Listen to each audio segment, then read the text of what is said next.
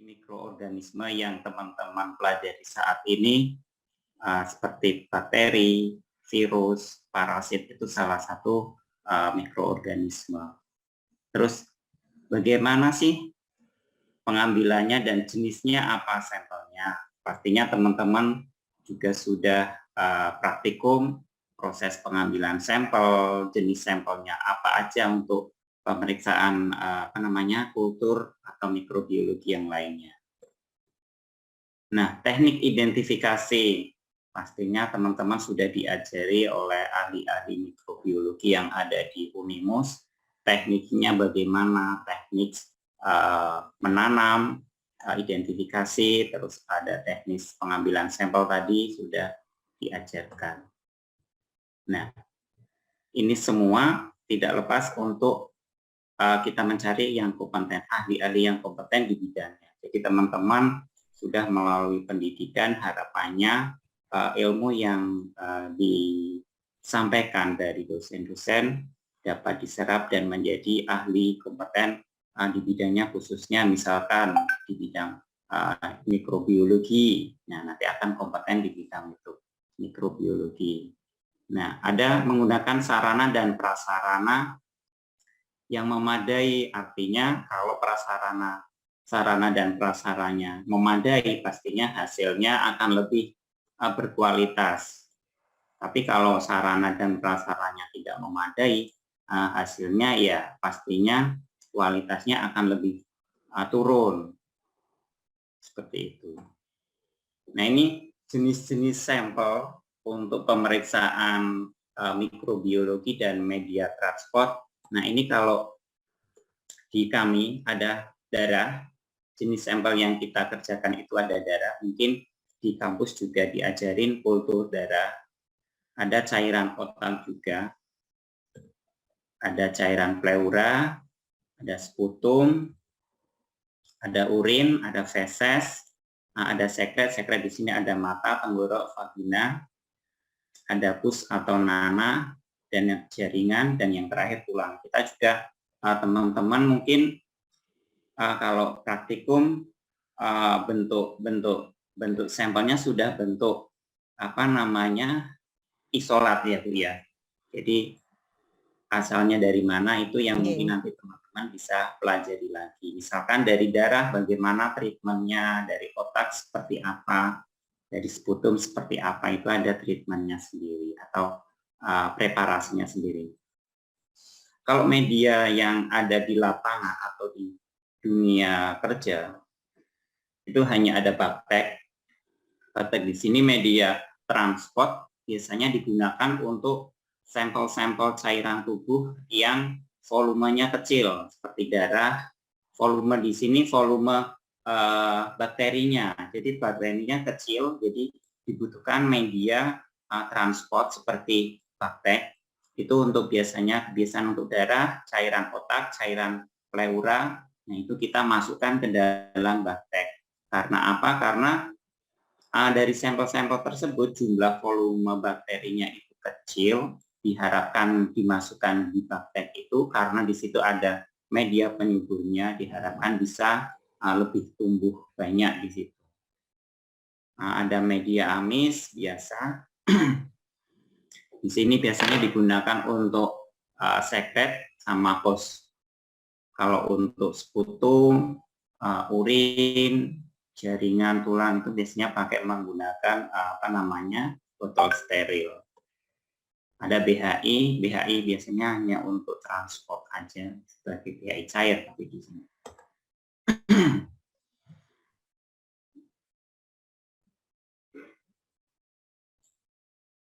Nah, ini teknik preparasi sampel, itu ada swab. Nah, swab ini biasanya untuk isolasi bakteri dari sampel vagina, sekret vagina, ada tenggorok, mata, pus, dan nanah. Ini untuk media transport yang digunakan, mereka menggunakan media amis. Jadi di situ sudah ada swab sama gelnya, media gelnya. Jadi tinggal diambil sampelnya terus ditusukkan ke media, baru bawa ke laboratorium, nanti baru diinokulasi ke media penyubur lainnya seperti MC, NA, BAP. Nah, kalau cairan tubuh itu tadi yang seperti tadi untuk isolasi bakteri, karena sampelnya yang kecil, maka kita gunakan Bactek tadi. Jadi Bactek di sini fungsinya itu. Jadi kalau darah itu baik darah, pleura, cairan LCS itu lebih baiknya menggunakan media Bactek atau media yang lainnya. Banyak media cair lainnya selain Bactek. Karena kalau di dalam darah itu dulu memang sempat sebelum ada Bactek itu kita menggunakan heparin, pakai darah heparin. Tapi setelah adanya Bactek atau media transport ini kita menggunakan Bactek. Awal-awal malah belum ada, jadi dari rujukan ngirimnya dalam bentuk spet. Nah, itu memang yang agak resikonya sangat-sangat besar karena bakterinya bisa terkurung di dalam sel-sel yang sudah membeku. Nah, kalau urin dan sputum tidak menggunakan media khusus, hanya menggunakan botol steril saja. Nah, teknik selanjutnya untuk teknik penanaman sampel. Nah, teknik penanaman sampel mungkin teman-teman sudah diajarkan di kampus. Itu ada stick plate method, pour plate method, sama straight plate method. Ini kita bahas yang pertama, straight plate method. Jadi kalau ini meratakan semua sampel ke seluruh cawan Petri.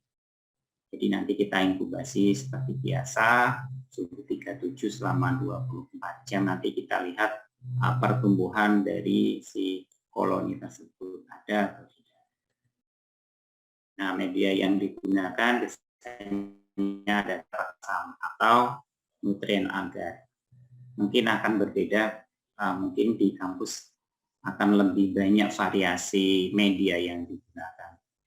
Nah, ini kalau media pour plate method sama sih sebenarnya, intinya sama untuk mencari adanya pertumbuhan dari si bakteri.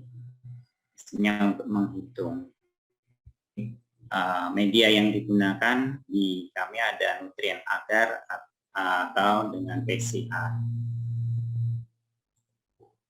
Nah, kalau yang strict yang sudah biasa dilakukan, memang pada umumnya menggunakan strict plate method kalau di kami lebih banyaknya, karena untuk mencari koloni yang terpisah, tidak terbergerombol. Nah, ini tujuannya untuk memisahkan koloni dari koloni itu nanti baru kita akan lanjut pengujian identifikasi dan uji resistensi dari obat tersebut. Nah, kalau di kami menggunakan media NA, BAP, sama Mekon K. Indo agar itu khusus biasanya, tidak semuanya kita lakukan. Nah, kalau bicara terkait dengan lab mikrobiologi, memang pesannya kita konvensional. Sebenarnya sudah ada kemajuan teknologi. Nah, ini salah satunya pengecatan gram itu. Pengecatan, pengambilan sampel, ada pengecatan, inokulasi, identifikasi, uji serologi, uji sensitivitas dan resisten antibiotik. Nah, dari kekurangan konvensional itu memang setiap proses itu pasti ada kekurangan dan kelebihannya sih. Kalau kekurangannya dari proses konvensional itu memang prosesnya lama sehingga hasilnya juga mengikuti jadi lama. Kesalahan hasil bisa terjadi sehingga hasil itu biasanya tidak tepat, tidak sesuai yang kita harapkan atau selanjutnya. Nah, ini kita lanjut ke otomatisasi mikrobiologi. Nah, ini proses pemeriksaan sampel mikrobiologi yang sudah menggunakan alat otomatis yang sangat kompleks. Itu ada alat uji pengecatan gram, Pengecatan gram itu sebenarnya sudah ada alatnya otomatis, terus ada proses sampel, inkubator, alat identifikasi otomatis reaksi biokimia,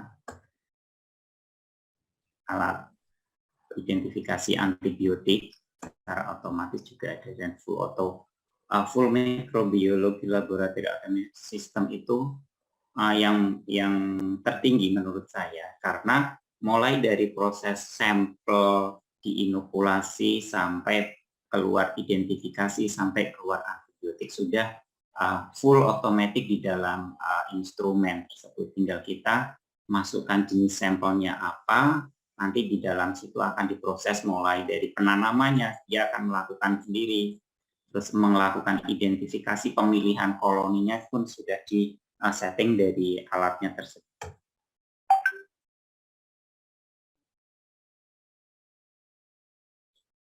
Nah, ini faktor pendukung pengembangan otomatis. Nah, pastinya tenaga ahli yang profesional dan kompeten. Makanya teman-teman di kampus Universitas Muhammadiyah Semarang, khususnya di bidang analis, harus kompeten, karena sudah diajari mulai dari A sampai Z setiap proses yang ada di masing-masing laboratorium. Jadi harusnya sudah pasti kompeten, dan kan juga akan ada uji kompetensi sebelum kelulusan tersebut. Itu salah satunya. Perkembangan inovasi teknologi yang besar. Memang saat ini pemeriksaan mikrobiologi itu cukup sangat besar. Bahkan saat ini sudah sampai tahap molekuler sampai ke genomik, sudah jalan sampai ke genomik. Nah, perubahan iklim industri kesehatan pastinya sangat berpengaruh dengan adanya teknologi-teknologi yang baru. Keinginan meningkatkan kualitas pelayanan, pastinya setiap instansi, baik itu pendidikan maupun jasa layanan kesehatan, pastinya ingin meningkatkan kualitas pelayanannya terhadap hasil maupun yang lainnya. Nah, peningkatan kasus infeksi dan resistensi obat di sini sangat di Indonesia sendiri sudah ada namanya, kalau teman-teman sudah dapat pelajaran di itu, ada WHO-Net. Jadi itu semacam sistem untuk mengetahui tingkat resistensi terhadap antibiotik, seberapa persentase sih contohnya amoxicillin, persentasinya di rumah sakit ini persentasinya berapa sih resistensinya, penggunaannya yang resisten sama yang sensitif, itu ada di sistem namanya WHO-Net. Kalau di kami WHO-Net biasanya diminta dari rumah sakit yang merujuk ke kita. Jadi setiap akhir bulan, misalkan rumah sakit A merujuknya banyak, nanti dia minta data analisa dari WHO-Net seperti apa sih pola kuman di rumah sakit tersebut. Jadi nanti kita bikinkan setiap bulan, setiap akhir bulan kita bikin. Nah, percepatan turnaround time artinya dengan pengembangan otomatis di bidang mikrobiologi, pemeriksaan kultur itu salah satunya yang dulunya bisa sampai dari baru keluar hasil, dengan menggunakan alat otomatis ini maksimal tuh 4 hari sudah keluar, 3 sampai 4 hari sudah keluar hasil. Pengembangan swab dengan media transport air seperti tadi yang dulunya media cairnya tidak ada, sekarang sudah ada praktek untuk mengantisipasi terjadinya bakteri-bakteri yang harusnya ada contohnya di dalam darah atau cairan yang lainnya, bisa terselamatkan dengan adanya media cair tersebut. Nah, ini kalau pastinya hambatannya juga pasti ada di setiap sistem otomatis itu, baik di bidang kimia klinik, hematologi, imunologi, bahkan di mikrobiologi pun pastinya ada hambatannya. Nah, kemampuan mesin itu tidak dapat menggantikan kemampuan manusia. Artinya ya skill kita yang harus apa namanya kita asah. Jangan sampai kita ngikut si mesin, jadi kayak robot nanti datang ngerjakan. Jadi kita harus tahu prinsip kerja dari si mesin itu sendiri, bagaimana sih sistem pembacaannya, apakah seperti kita membacanya, seperti itu. Nah, tidak bisa menggantikan kemampuan manusia, karena kalau alatnya rusak, otomatis kitanya harus siap. Secara teknik, skill, kita juga harus mumpuni untuk menggantikan si mesin itu. Walaupun sebenarnya mesin itu membuat kita jadi lebih jadi lebih mudah aja, mempermudah aja, tapi kemampuannya itu pastinya kita yang akan lebih daripada si mesin itu. Pastinya harga akan lebih mahal karena semua otomatis dari mulai awal sampai akhir. Sebenarnya harga lebih mahal itu, yang mahal itu karena reagen lainnya, tapi lebih mahal punya kita skill, karena kalau kita nggak punya skill itu ya nggak akan dibayar lebih mahal.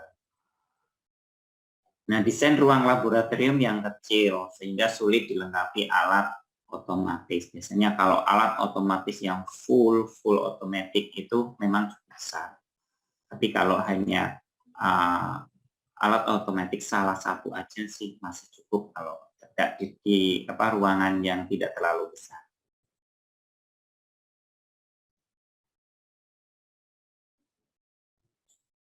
Nah, ini alat otomatis proses isolasi sampel. Nah, ada generasi 1, itu ada isoplater, sudah lama memang. Inokuler,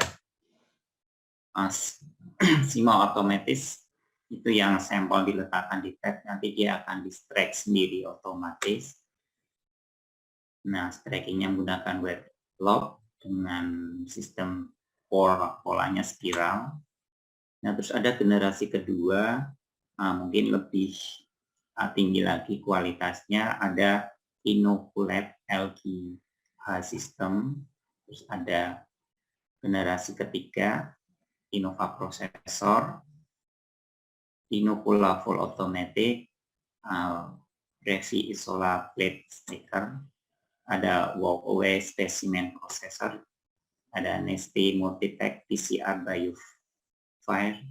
Ini yang terbaru, Multipack PCR BioFire Long Arrest Syndrome Testing. Jadi ini untuk melihat bakteri-bakteri dan virus yang ada di tubuh secara molekuler. Nah, ini proses sampel isolasi itu ada yang tadi generasi 1 dan 2 itu efisiensinya kurang baik, memang masih kurang efisien, throughputnya kurang baik, mungkin karena waktunya masih hampir sama kayak manual. Akurasinya yang kurang baik, akhirnya ada generasi ketiga yang lebih efisien, akurat, dan throughputnya lebih oke. Dapat memilih cawan Petri dengan sesuai, inokulasi sampel secara efisien, menyebarkan inokulum pada lempeng agar dan terbentuk koloni yang terpisah, pelabelan yang akurat. Ini yang generasi ketiga, biasanya yang sudah full automatic. Nah, ini contoh-contoh alatnya.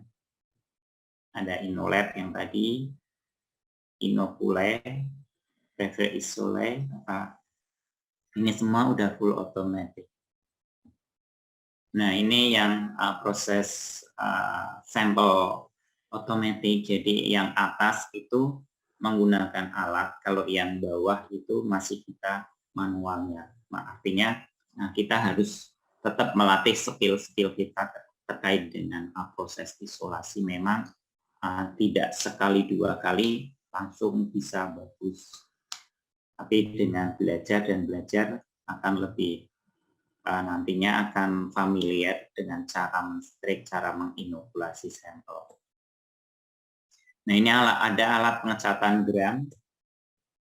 Nah, kalau gram secara manual kan sudah biasa teman-teman. Kalau dari alat itu ya kita tinggal masukkan saja, masukkan slide-nya, nanti dia akan memproses sendiri.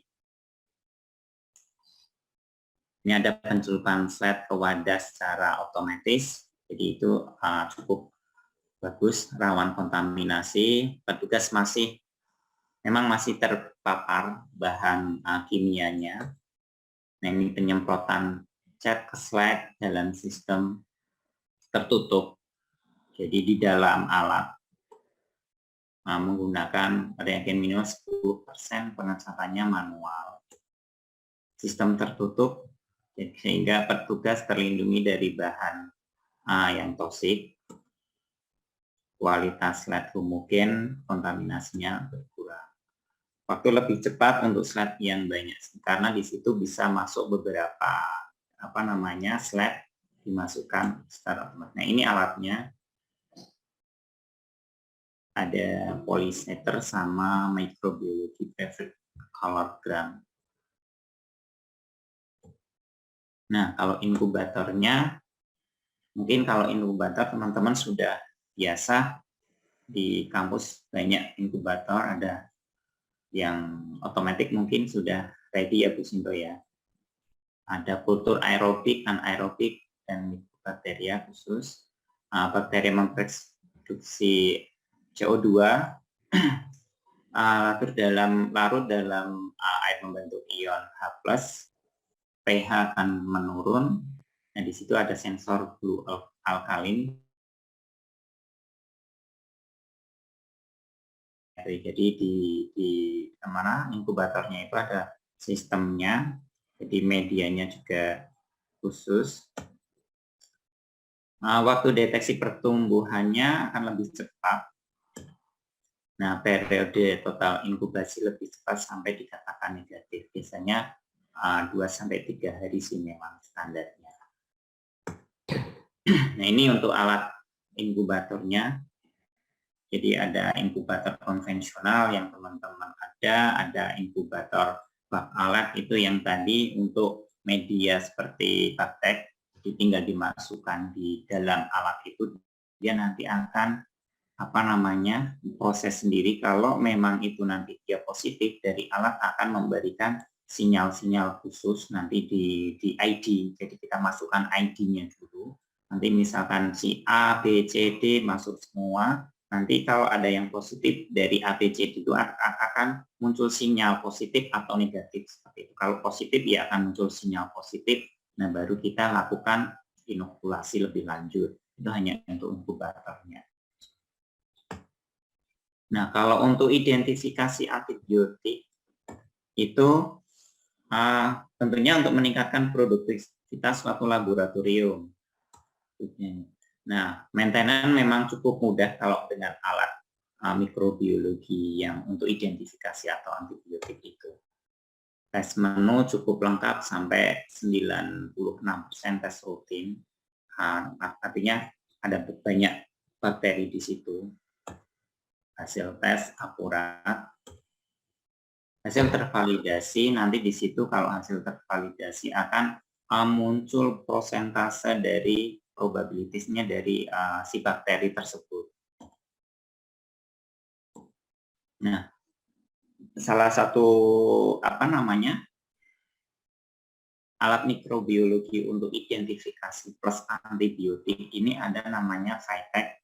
Nah, kalau ini sangat-sangat timeranya sangat cepat karena hanya waktunya itu 2-8 jam hanya untuk gram positif. Secara gram negatif 2-10 jam, untuk jamur itu 18 jam, untuk bacillus kurang lebihnya 14 jam, untuk Neisseria dan Haemophilus kurang lebihnya 6 jam, sama anaerob sama Corina itu 6 jam. Jadi alat ini cukup fleksibel untuk pemeriksaan mikrobiologi. Ini bisa hanya untuk identifikasinya saja bisa, dan juga bisa untuk langsung otomatis. Jadi tidak kerja 2 kali. Jadi kerjanya misalkan sekalian antibiotik ya sudah masukkan inokulasinya ke situ, nanti keluar sudah kalau positif nanti gram positifnya apa, kebutuhan antibiotiknya apapun di situ sudah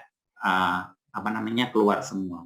Bisa jadi kita memang butuhnya maunya identifikasinya aja, mau tahu bakterinya apa, ya udah tinggal masukkan identifikasinya aja, dia setting di identifikasi, dia akan keluar hanya bakterinya saja. Misalkan kita mau keluar antibiotiknya saja, ya bisa kita masukkan reagen untuk antibiotik, setting, masukkan. Nah, misalkan identifikasinya manual, ya udah dimasukkan aja di situ nama bakterinya, nanti di situ akan muncul antibiotiknya secara otomatis. Nah, ini contoh kasetnya, contoh reagennya lah, untuk uji identifikasi sama uji antibiotiknya. Jadi reaksinya ada di lubang-lubang kecil itu, nanti prosesnya ada di dalam instrumen tersebut. Nah, ini untuk karakteristiknya lebih ringan, reagennya, sistem reagennya tertutup.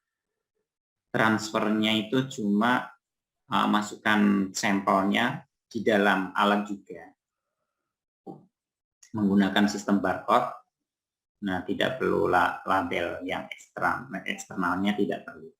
Nah, kelebihannya meminimalkan biohazard, jadi di situ sudah ada wastanya, tempat penampungan limbahnya di alat itu. Jadi setiap proses selesai langsung masuk limbahnya ke dalam wadahnya sendiri, sehingga kita tinggal ngambil, buang ke tempat sampahnya. Jadi juga di dalam kaset bakteri jenis reaksi biokimianya sudah di dalam kaset, jadi buangnya langsung kasetnya itu. Kalau konvensional kan harus kita autoclave dulu untuk membunuh atau mematikan dari bakteri tersebut, baru kita cuci atau direndam dengan antiseptik. Meminimalkan risiko terkontaminasi pastinya ya, karena satu pasien, satu identifikasi, satu uji antibiotiknya. Minimal kesalahan pemilihan cut, karena di situ kalau di alat ini untuk gram positif sama gram negatif itu memang sudah dibedakan. Jenis antibiotiknya pun sudah ditentukan. Kalau kebutuhan gram negatif antibiotiknya sekian, untuk gram positif juga sekian, untuk jamur juga sekian. Sudah di plot dari pabrikannya. Keamanannya pasti aman. Kerjanya secara optimal iya. Karena setelah selesai masuk alat sudah nanti tinggal keluar. Kalau secara manual, kalau itu kan kita identifikasi, setelah identifikasi keluar, kita lakukan uji biokimia dan lain sebagainya untuk melakukan jenis bakterinya apa. Setelah itu baru lakukan uji resistensi dengan menggunakan sistem yang ada difusi, ada yang itu diameter itu. Kalau di alat ini sistemnya pakai NIC. Nah, ini alat tersebut ada 159 spesies dari gram negatif, ada 123 spesies dari gram positif, ada 52 spesies dari jamur, ada 42 spesies dari bacillus, dan banyak lagi.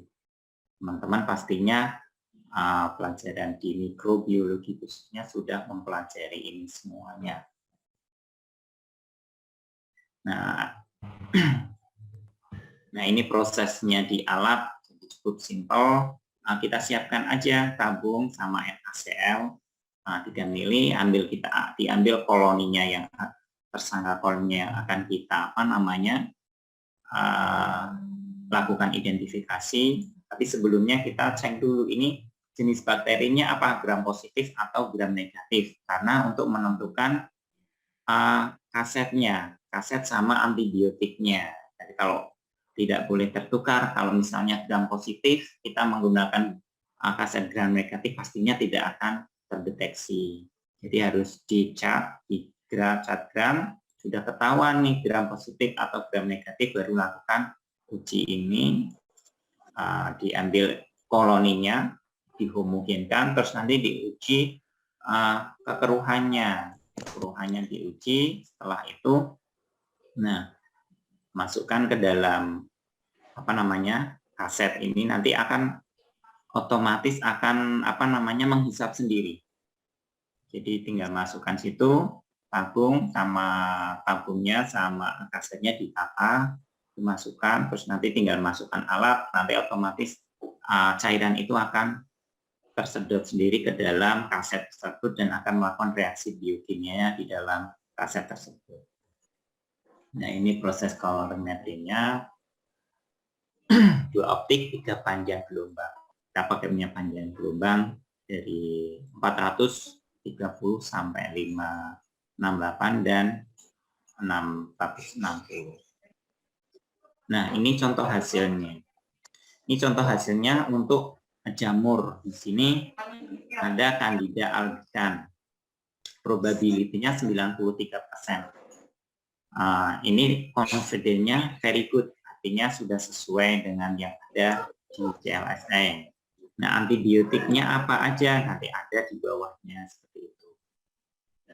Nah, itu ada yang gram positif, Staphylococcus aureus, di mana kalau alat ini bisa mendeteksi sampai ke MRSA-nya positif atau tidak untuk Staphylococcus aureus. Nah, ini antibiotiknya. AST, GP ini gram positif. Ini cefotaxime screen itu deteksi untuk adanya MRSA positif atau tidak. Kalau MRSA positif, ya teman-teman sudah tahu antibiotik apa aja akan resisten, yang golongan dari beta-lactam. Nah, ini yang terakhir, pengembangan terakhir di bidang mikrobiologi itu ada namanya BioFire. Ini bisa dikatakan di mikrobiologi juga bisa dikatakan molekuler. Ini sistemnya molekuler, jadi mendeteksi bakteri secara molekuler dari sampel-sampel yang ada. Di sini ada sampelnya bisa dari darah, cairan otak, cairan lambung bisa, cairan pleura bisa. Itu untuk respiratori lebih banyak. Nah, ini sudah tingkatnya molekuler untuk pemeriksaan molekuler di bidang mikrobiologi. Nah, ini namanya alat BioFire. Cukup cepat, untuk hasilnya maksimal itu ada di 1 jam. Kalau konvensional PCR itu biasanya lebih dari 2 jam. Nah, ini untuk mendeteksi di respiratori itu ada 20 target, bakterinya ada 4, ada 19 virus, jenis virus yang menyebabkan respiratori di paru.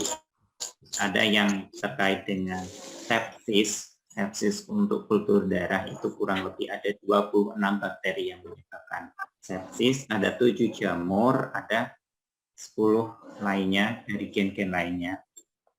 Terus ada yang di gastro, di lambung, ada 13 bakteri yang dideteksi secara molekuler. Ada 5 virus dan ada 4 parasit yang menyebabkan penyakit gastro. Ada meningitis, ada 6 bakteri sama 7 virus atau semua. Nah, ini jenis bakterinya, baik gram positif maupun gram negatif, yang dapat dideteksi secara molekuler dengan menggunakan alat BioFire. Ada dari mulai Enterococcus sampai ke gram negatif Staphylococcus maltophilia. Nah, ini jamur juga bisa, dari Candida sampai Cryptococcus. Antimikrobiologinya yang dicek di sini yang resisten, tidak yang sensitif. Jadi kita nyarinya yang resisten. Kalau resisten artinya obat-obat yang ada itu tidak bisa digunakan secara maksimal, karena ya sudah nggak ngefek untuk obatannya. Nah, ini untuk panel meningitis juga ada dari bakteri, dari jamur, dari virus. Jadi yang menyebabkan meningitis itu ada dari bakteri Escherichia coli, ada dari jamur Streptococcus, ada sitomegalovirus dari kelompok virus itu sendiri.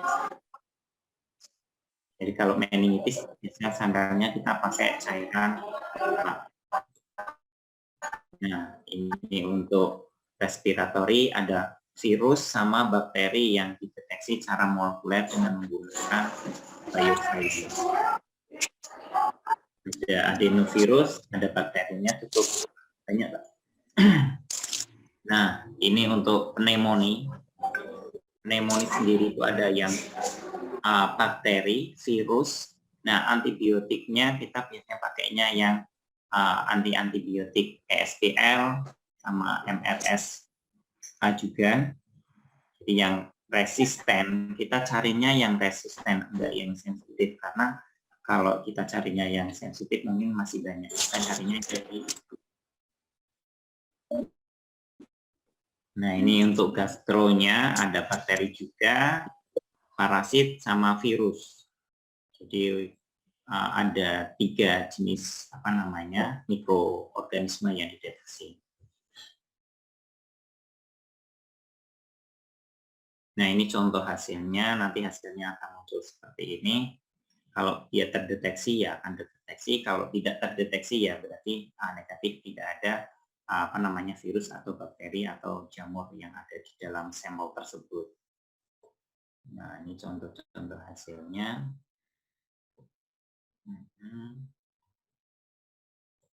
Nah, mungkin itu saja Bu Sinto untuk sharing dari saya. Jadi kalau ada pertanyaan bisa saya jawab, nanti kalau belum bisa saya jawab saya konsultasi lagi sama Bu Sinto. Terima kasih Bu Sinto. Iya, terima kasih.